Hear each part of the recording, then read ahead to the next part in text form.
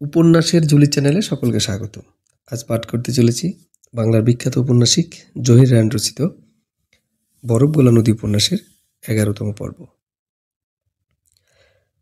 মরিয়ম অবাক হয়ে বলল, কেন কেন তা টের পাবে, ধীরে জবাব দিল লিলি। ক্ষণকাল চুপ থেকে মরিয়ম বলল, মানুষ কি দুবার প্রেমে পড়তে পারে না? একজনকে হারিয়ে সে কি অন্য আর একজনকে ভালোবাসতে পারে না? পারে। দুবার কেন, 10 বার পারে। লিলি বলল, কিন্তু সেটা কেউ স্বীকার করে না। যেমন আমার কথাই ধর না, তুমি তো জানো দুটি ছেলেকে ভালোবাসি আমি। এক ছিল খুব ভালো অভিনেতা, আর একজন ছিল গায়ক। সেসব অতীতের কথা, তাই বলে ভবিষ্যতে আমি কাউকে ভালোবাসবো না তা তো নয়। হয়তো ভালোবাসবো, কিন্তু ওদের কারো কথা আমি বলবো না তাকে। অন্ধকার শব্দে হেসে দিল মরিয়ম। লিলি বলল, তুমি হাস্য ম্যারি, বড় সরল মেয়ে তুমি। এ সমাজের কিছুই জানো না। অনেক রাত হয়ে গেছে বলে উঠে পড়ল লিলি। একদিন তার নতুন ঘরটা গিয়ে দেখে আসতে অনুরোধ করল। মরিয়ম খেয়ে যাবার জন্য ধরেছিল। লিলি জানালো অন্য আরেকদিন এসে খাবে সে, আজ নয়। কয়েকদিন পর, সেটা বোধহয় রোববার ছিল, বারান্দায় এসে বসেছিল ওরা। মরিয়ম একটা বই পড়ছিল, আর মনসুর সেদিন ডাকে আসা কয়েকখানা চিঠি দেখছিল বসে। চিঠিগুলো পড়া শেষ হলে হঠাৎ সে বলল, আচ্ছা মরিয়ম। মরিয়ম চোখ তুলে তাকালো। জাহেদের ব্যাপারটা তুমি আমাকে আগে বলনি কেন? তুমি জিজ্ঞেস করনি কোনোদিন। আবার বইয়ের মধ্যে মুখ নামালো মরিয়ম। আবার মনসুরের গলা, লুকাওনি তো? মরিয়ম চমকে উঠল। বই বন্ধ করে রেখে সোজা ওর চোখের উপর দৃষ্টি ফেলল সে। তারপর মৃদু গলায় জিজ্ঞেস করলো, তোমার কি হয়েছে বলো তো? না, কিছু না। চিঠিগুলো হাতে নিয়ে ভিতরে চলে গেল মনসুর। একটা তীব্র দৃষ্টি হেনে গেল যাবার সময়।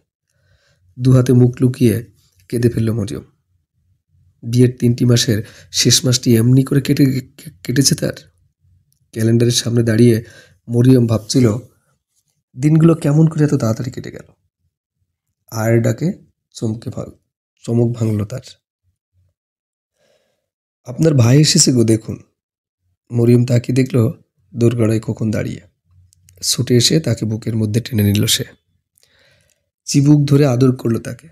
কিরে খোকন, স্কুলে যাসনি আজ? খোকন বলল, না, স্কুল ছুটি হয়ে গেছে। মরিয়ম বলল, মা কেমন আছে রে? প্যান্টের পকেট থেকে এক টুকরো ছোট্ট কাগজ বের করে মরিয়মের হাতে দিল খোকন। বলল, মা দিয়েছে এটা। মরিয়ম খুলে দেখল হাসিনার হাতের লেখা। 10টা টাকা চেয়ে পাঠিয়েছেন মা, বড় দরকার।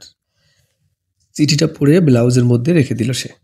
দুপুরের খেয়ে যাবে তুমি, এখন বসো। তোমার দুলাভাই আসুক, তার কাছ থেকে টাকা নিয়ে দেব। বসে বসে খোকনকে অনেকক্ষণ এটা সেটা জিজ্ঞেস করলো মরিয়ম। দুলু কি তার কথা বলে? হাসিনা কেমন আছে? আর ভাইয়া, বাবার শরীর ভালো তো? তসলিম কি এখনও হাসিনাকে ছবি তোলা শেখায়? কাল রাতে কি রান্না হয়েছিল ওদের? সকালে কি নাস্তা করেছে সে? খোকনকে কাছে পেয়ে বড় ভালো লাগছিল মরিয়মের। দুপুরে মনসুর ফিরে এলে বলল, 10টা টাকা দিতে পারো? মনসুর ভ্রু কুঁচকে জিজ্ঞেস করলো, কেন বলো তো? মরিয়ম কোনো জবাব দেওয়ার আগেই খোকনের দিকে চোখ পড়ল তার। ওর দিকে এক পলক তাকিয়ে সে আবার বলল, তোমার বাপের বাড়ি থেকে টাকা চেয়ে পাঠিয়েছে বুঝি?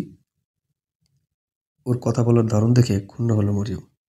ইতস্তত করে বলল, ধার চেয়েছেন, মাস এলে শোধ করে দেবেন। ওসব ন্যাকামো রাখো। মনসুরের কণ্ঠে দৃঢ়তা। এই 3 মাসে কম টাকা নেয়নি ওরা। 1 পয়সা শোধ দিয়েছে? বলতে বলতে পকেট থেকে 10টা টাকার নোট বের করে এলো সে। তারপর নোটখানা ওর হাতে দিয়ে বলল, 10 টাকা চেয়েছে, পাঠিয়ে দিলেই তো হয়। তার কণ্ঠে তাচ্ছিল্যের সুর। নোটখানা হাত থেকে উড়ে মাটিতে পড়ে গেল। মরিয়ম পাথরের মূর্তির মতো দাঁড়িয়ে রইল কিছুক্ষণ। তারপর উপুর হয়ে ওটা তুলে নিল হাতে। খোকনকে বিদায় দেওয়ার সময় কাছে টেনে আদর করল মরিয়ম। তারপর কানে কানে বলল, মাকে কিছু বলো না কেমন? আবার এলে টফি দেব তোমায়। খোকন মাথা নেড়ে সায় দিল। এতক্ষণ কিছু বলার জন্য উসখুস করল মনসুর। ও চলে যেতে বলল, তোমাকে একটা কথা জিজ্ঞেস করব, উত্তর দেবে? ঈষৎ লাল চোখ জোড়া মেলে তাকালো সে। ছড়ানো চুলগুলো খোপায় বন্ধ করতে করতে মরিয়ম বলল, বলো। মনসুর চিন্তা করছিল বলবে কিনা। অবশেষে বলল, তুমি কি আমাকে সত্যি ভালোবেসেছিলে, না আমার টাকার প্রতি আকর্ষণ ছিল তোমার? চোখ জোড়া বড় বড় করে ওর দিকে তাকালো মরিয়ম। তারপর ডুকরে কেঁদে উঠল সে। আমরা গরিব বলে আজ এত বড় কথা বলতে পারলে তুমি? অত অবিশ্বাস যদি মনে ছিল তবে বিয়ে করলে কেন? তখন কে আমি জানতাম যে তোমার ওই দেহটা তুমি আরেকজন পুরুষের হাতে তুলে দিয়েছিলে? তিক্ত গলায় ফেটে পড়ল মনসুর। সে লোকটা সারা দেহে চুমা দিয়েছে তোমার, রাক্ষসের মতো ভোগ করেছে তোমাকে, আর তুমি দুহাতে তাকে আলিঙ্গন করেছ। গভীর তৃপ্তিতে তার বুকে মুখ গুজেছ। ভাবতে ঘেন্না লাগে, বমি আসে আমার। একটু কাল দম নিয়ে সে আবার বলল, আমি তোমাকে কুমারী বলে জানতাম, আর আমার সরলতার সুযোগ নিয়ে তুমি আমাকে ঠকিয়েছ। উফ, আর না, আর বলো না, দোহাই তোমার, এবার থামো। আর সহ্য হচ্ছে না আমার। সারা দেহটা কান্নায় দুলছিল মরিয়মের। মেঝেতে লুটিয়ে পড়ে দুহাত মুখখানা ঢেকে রাখল সে। খোপাবদ্ধ চুলগুলো সারা পিঠে ছড়িয়ে পড়ল কালো হয়ে। মনসুর তখনও হাঁপাচ্ছে। আজ দুপুরে আমেনারা চলে যাবে। অনেক করে বলে গেছে সাদাত, কাল সময় করে একবার এসো। এই তো শেষ দিন তোমাদের শহরে, এসো কিন্তু। প্রেসটা বিক্রি করে দিয়েছে ওরা। ভৈরবে একটা স্টেশনারি দোকান কিনেছে। প্রেসের মালিক অবশেষে স্টেশনারি দোকানের মালিক হতে চলল। কাউন্টারে বসে বসে জিনিসপত্র বিক্রি করবে সাদাত। তবু কারো চাকরি সে করবে না। আমেনা চায় না তার স্বামী কারো গোলামি করুক। শুনে মাহমুদ বলেছিল, দোকান কিনেছ ভালো কথা, কিন্তু ভৈরব কেন? ঢাকায় কিনতে পারলে না? এলে নিশ্চয়ই কিনতাম, জবাবে বলছে সাদাত। ওখানে সস্তায় পাওয়া যায়, তাই কিনে ফেললাম। কথাটা যে সত্য নয় সেটা বুঝতে বিলম্ব হয়নি মাহমুদের। ভৈরব দোকান কেনার পিছনেও রয়েছে আমেনার অদৃশ্য ইঙ্গিত। সে চায় না তাদের এই খুয়ে খুয়ে তলিয়ে যাওয়া দৃশ্যটা সকলে দেখুক, উপভোগ করুক, বিশেষ করে তার ভাইয়েরা, তাদের পরিচিত বন্ধু বান্ধবেরা। ওদের চোখের কাছ থেকে নিজের দীনতাটুকু আড়াল করে রাখতে চায় আমেনা। ভৈরবে পরিচিত কেউ নেই। সেখানকার সকলে নতুন পরিচয়ে জানবে তাকে, জানবে দোকানের বউ বলে। এককালে সে প্রেস মালিকের বউ ছিল, তার ভাইরা এখানে রাস্তায় মোটর হাঁকিয়ে বেড়ায়, এ খোঁজ কাউকে দেবে না সে। মাহমুদ এসে দেখলো জিনিসপত্রগুলো সব ইতিমধ্যে বেঁধে ছেদে নিয়েছে ওরা। একটা পুরনো ট্রাঙ্ক, দুটা সুটকেস, একটা চামড়ার, একটা টিনের। 3টে বস্তার মধ্যে টুকিটাকি মাল। কাঠের আসবাবপত্রগুলো পাড়ার একজনের কাছে বিক্রি করে দিয়েছে সাদাত। এগুলো সঙ্গে নেওয়া যাবে না, পথে ভেঙে চুরমার হয়ে যাবে। ভৈরব গিয়ে মিস্ত্রি দিয়ে নতুন করে আবার বানিয়ে নিতে হবে সব। সাদাত বসে বসে একটা বস্তার মুখ সেলাই করছিল। আমেনা আঙ্গিনায় ছেলে মেয়েদের গোসল করাচ্ছে। মাহমুদ বলল, আমার আসতে দেরি হয়ে গেল, তোমরা তৈরি হয়ে আসো দেখছি। সাদাত মুখ তুলে মৃদু হাসল, হেসে বলল, আরে বসো, একটু পরে ঠেলা গাড়িওয়ালা আসবে, ট্রেনেরও বোধহয় সময় হয়ে এলো। মাহমুদ বলল, গত 7 বছর ধরে এখানে আছে ওরা, এই বাসাতে। আজ ছেড়ে চলে যাবে। তারপর এ পথে হয়তো আর আসবে না মাহমুদ। এলে ওদের বাসাটার দিকে চোখ পড়লে নিশ্চয়ই ভীষণ খারাপ লাগবে ওর। মিছেমিছি তুমি দোকান দিচ্ছ সাদাত? মাহমুদ একসময় বলল, একদিন সেটাও বিক্রি করে দিতে হবে। কেন? কেন বিক্রি করে দিতে হবে? সপ্রশ্ন দৃষ্টিতে ওর দিকে তাকালো সাদাত। মাহমুদ বলল, সেখানেও সবাইকে ধারে জিনিসপত্র দিতে শুরু করবে তুমি। তারপর যখন কেউ আর ধার শোধ করতে চাইবে না, তখন দেখবে দোকান শূন্য, মাল নেই। উত্তরে কিছু বলতে যাচ্ছিল সাদাত, আমেনা এলো ভিতর থেকে। মাহমুদ বলল, ওর মধ্যে অনেক পরিবর্তন তুমি এনেছো আমেনা, আর এই বিশ্রী স্বভাবটা বদলাতে পারলে না? কি কি কোন সময়ের কথা বলছো? আমেনার দু চোখে কৌতুক। মাহমুদ বলল, লোককে ও বিশ্বাস করে, বড় বেশি ধার দেয়। আমেনা কোনো উত্তর দেবার আগে শব্দ করে হেসে উঠল সাদাত। বস্তার মুখটা ভালোভাবে বন্ধ করে দিয়ে উঠে দাঁড়িয়েও বলল, কার কাছে অভিযোগ করছো মাহমুদ? এ স্বভাবটা আমি ওর কাছ থেকেই পেয়েছি। আমেনা ততক্ষণে আবার বাইরে বেরিয়ে গেছে। মাহমুদ ধীরে ধীরে বলল, স্বভাবটা জারি হোক, নিশ্চয়ই এটা খুব ভালো স্বভাব নয়। দুনিয়াটা হলো কতগুলো স্বার্থপরের আড্ডাখানা। অন্যকে দিয়ে নিঃশেষ হয়ে যেতে পারো তুমি, কিন্তু প্রয়োজনে কারো কাছ থেকে একটা কানা করিও পাবে না। স্লান হাসলো সাদাত, তারপর গম্ভীর গলায় বলল, তোমার উক্তির সত্যতা নিয়ে আমি তর্ক করতে চাই না মাহমুদ। দুনিয়াটা কতগুলো স্বার্থপরের আড্ডাখানা, এ কথা পুরোপুরি বিশ্বাস করতে আমি রাজি নই। আজ এই বিদায়ের মুহূর্তে আর 5টা কাজ ফেলে তুমি যে এখানে এসেছো, এর পিছনে কোনো স্বার্থ আছে বলতে চাও? নেই, জানি। জানি বলেই তো এখনো বেঁচে আছি, নইলে। বলতে গিয়ে থেমে গেল সাদাত। গলাটা ধরে এসেছে ওর। চোখের কোণে দুফোঁটা মুক্তার মতো চিকচিক করছে। বিব্রত মাহমুদ বড় ট্রাঙ্কটার দিকে তাকিয়ে চুপ করে বসে রইল। স্টেশনে এসে ট্রেন ছাড়বার আগ মুহূর্তে মাহমুদের হাত ধরে সাদাত বলল, চিঠি লিখো মাহমুদ, আর যদি পারো একবার গিয়ে বেরিয়ে এসো। মাহমুদ কিছু বলতে পারল না, মাথা নেড়ে সাই দিল শুধু। জানালার ধারে বসে বাইরে তাকিয়ে রয়েছে আমেনা। পাশে তার ছেলেমেয়েরা পান খেয়ে ঠোঁট জোড়া লাল করেছে সে। কালো ছোট্ট একটা টিপ, শাড়ির আঁচলখানা খোপা পর্যন্ত তোলা। আজ হঠাৎ সুন্দর করে সেজেছে আমেনা। সামনে এগিয়ে মাহমুদ বলল, আবার দেখা হবে আমেনা। আমেনা লাল ঠোঁটে হাসি ছড়িয়ে বলল, একবার বেড়াতে এসো কিন্তু, নেমন্তন্ন রইল। মাহমুদ আস্তে করে বলল, আসবো। একটু পর ট্রেন ছেড়ে দিল। ওদের মুখখানি ধীরে ধীরে মিলে গেল চোখের আড়ালে।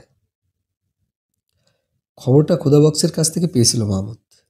একটা কন্ট্রাক্টরের সঙ্গে কাজে লেগে গেছে রফিক।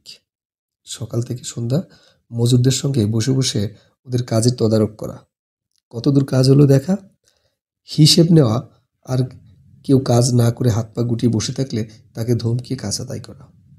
খোদাবক্স বলছিল ওর ইচ্ছে ছিল লেখাপড়া জানা মানুষ লেখাপড়া চাকরি করবে। তা বেকার বসে থাকার চেয়ে এটাও মন্দ কিসের? কি বলেন মাহমুদ সাহেব? মাহমুদ সায় দিয়ে বলছিল, হ্যাঁ, অফিসে কেরানিগিরি করার চেয়ে এ চাকরি অনেক ভালো। তারপর থেকে বেশ কদিন আর রফিকের দেখা পাওয়া যায়নি। সারাদিন কাজে ব্যস্ত থাকে ও। রাস্তা মেরামতের কাজ চলছে এখন। আজ বিশ্রামাগারে আসার পথে ওর কথা ভাবছিল মাহমুদ। হয়তো ওর সঙ্গে দেখা হলেও হতে পারে। দেখা হলে বিয়ের কদ্দূর কি করলো জিজ্ঞেস করবে। কিন্তু বিশ্রামাগার পর্যন্ত আসতে হলো না, পথেই দেখা হয়ে গেল। গায়ে আধ ময়লা একটা জামা, তার চেয়েও ময়লা একটা পায়জামা, পায়ে টায়ারের স্যান্ডেল। কাজ শেষে ফিরছে সে। দেখা হতে একগাল হেসে বলল, মনে মনে তোমার কথা ভাবছিলাম মাহমুদ। আমার কথা তুমি ইদানিং বড় বেশি ভাবছ, মাহমুদ জবাব দিল পরক্ষণে। পথ চলতে চলতে রফিক আবার বলল, তুমি ইচ্ছে করলে আমার একটা ভালো চাকরি নিয়ে দিতে পারতে মাহমুদ। যাকগে, চাকরি একটা জুটিয়েছি, মন্দ না, ভালোই। টেলিগ্রামের তারে বসে একটা কাক কাকা শব্দে ডাকছে একটা না। সেদিকে তাকিয়ে থেকে মাহমুদ বলল, তুমি চাকরি চেয়েছিলে, একটা চাকরি পেয়েছো, ব্যাস, আবার কি? রফিক বলল, এবার ওকে বিয়ে করে ঘর বাঁধবো আমি। তোমরা দেখো, আমি খুব সুখী হব। বলতে গিয়ে মুখখানা আনন্দে উজ্জ্বল হয়ে উঠল তার। হঠাৎ সে প্রশ্ন করল, তুমি বিয়ে করছো না কেন মাহমুদ? চলার পথে হোঁচট খেল মাহমুদ। হঠাৎ আমার সম্পর্কে ভাবতে শুরু করছো কেন? নিজের কথা ভাবো। রফিক চুপসে গেল। খানিকক্ষণ নীরবে পথ হাঁটল ওরা। নীরবতা ভেঙে রফিক সহসা বলল, তোমার সঙ্গে একটা কথা ছিল আমার। বলো। এবার তুমি আমায় হতাশ করবে না, কথা দাও। অমন কথা আমি দেই না। মাহমুদের গলা বিরক্তিতে ভরা। রফিক বলল, তাহলে আর বলে লাভ কি? মাহমুদ বলল, না বলাই ভালো। কিন্তু না বলে থাকতে পারল না রফিক। না বলার অনেক চেষ্টা করলেও অবশেষে বলতে হলো, শোনো মাহমুদ, মেয়েদের স্কুলের লিলি মাস্টানির সঙ্গে শুনেছি তোমার নাকি বেশ আলাপ আছে। কার কাছ থেকে শুনেছ? ওর কথাটা শেষ হবার আগেই গম্ভীর গলায় প্রশ্ন করলো মাহমুদ। রফিক ইতস্তত করে বলল, "না, কেন, সবাই জানে। খোদাবক্স বলছিল সেদিন বিকালে মেয়েটা নাকি স্কুল থেকে বেরিয়ে ওখানে খোঁজ করছিল তোমায়।" বাজে কথা, একেবারে মিথ্যা কথা, মাহমুদ উত্তেজিত গলায় বলল। খোদাবক্স বানিয়ে বলছে তোমাদের। আচ্ছা, তা না হয় বলেছে। কপালের ঘাম মুছে নিয়ে রফিক আবার বলল, কিন্তু মেয়েটার সঙ্গে যে তোমার আলাপ আছে তা কি সত্যি নয়? মাহমুদ বলল, হ্যাঁ সত্যি। কিন্তু তোমার সেটা নিয়ে এত মাথা ঘামাচ্ছ কেন? আছে বন্ধু, আছে, নইলে কি আর আমি মিছিমিছি মাথা ঘামাচ্ছি? রফিক হেসে দিয়ে বলল, ভাই, এবার আমার কথাটা রাখো, ভালোই হবে তোমার। আজ কদিন ধরে ওর সঙ্গে কোনো যোগাযোগ নেই। আগের দাইগুলোর হাতে চিঠি পাঠাতাম।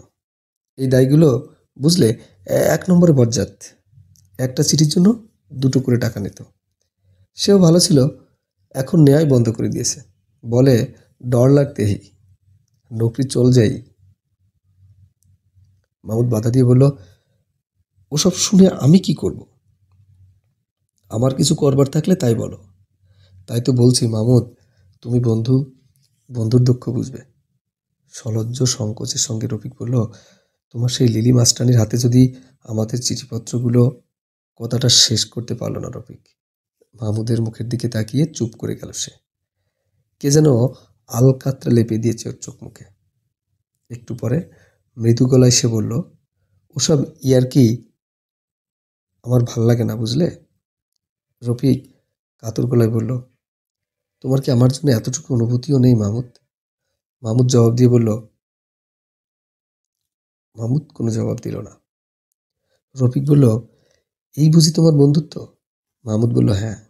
ততক্ষণে ততক্ষণে তারা বিশ্রামাগারের চৌকাঠে এসে পা রেখেছে।